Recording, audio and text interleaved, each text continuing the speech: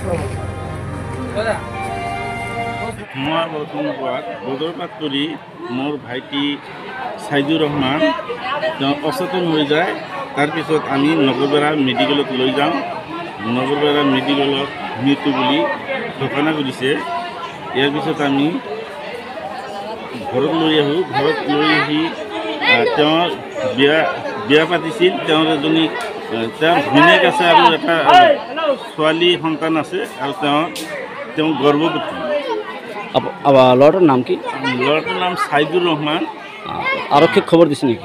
আমি আলুপতি আৰক্ষী চকীতো জনাইছোঁ কথাটো আৰু আমাৰ মন্দিয়া সাৰ্কুল অফিচত ADC ছাৰক কথাটো অৱগত কৰিছোঁ। এই টাইমে মানে বৃষ্টির পরে এটার মানে ধরো তোমার এই খারাপ করে মানে ওই জায়গা কেউ আসলো না, সবই গরু না বাড়িতে গেছে। তারপরে মানে পরে খবর পাই গরু খেত খায়। ওই টাইমে তার মানে যা দিয়ে পড়ে আছে। নাম হলো তোমার সাইদুর রহমান, বাবার নাম হলো আজহার মুন্সি। কোন গাঁৱৰ মানুহজন? নাইটসৰ না মানে বজ্ৰপ পৰি মানুহজন মৰিছে না?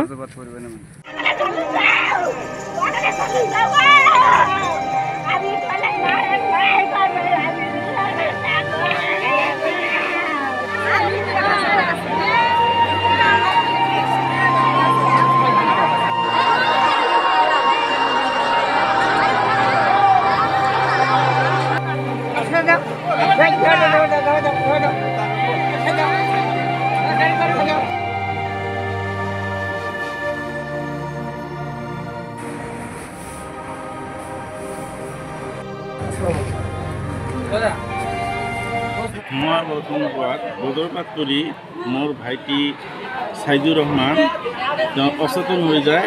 তাৰপিছত আমি নগৰবেৰা মেডিকেলত লৈ যাওঁ। নগৰবেৰা মেডিকেলত মৃত্যু বুলি ঘোষণা কৰিছে।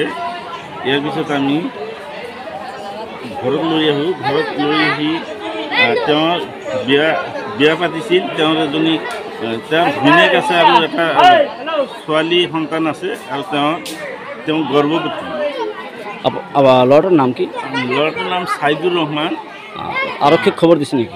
আমি আলুপতি আৰক্ষী চকীতো জনাইছোঁ কথাটো আৰু আমাৰ মন্দিয়া সাৰ্কুল অফিচত ADC ছাৰক কথাটো অৱগত কৰিছোঁ। এই টাইমে মানে বৃষ্টির পরে এটার মানে ধরো তোমার এই খারাপ করে মানে ওই জায়গা কেউ আসলো না, সবই গরু না বাড়িতে গেছে। তারপরে মানে পরে খবর পাই গরু খেত খায়। ওই টাইমে তার মানে যা দিয়ে পড়ে আছে। নাম হলো তোমার সাইদুর রহমান, বাবার নাম হলো আজহার মুন্সি। কোন গাঁৱৰ মানুহজন? নাইটসৰ না মানে বজ্ৰপ পৰি মানুহজন মৰিছে না?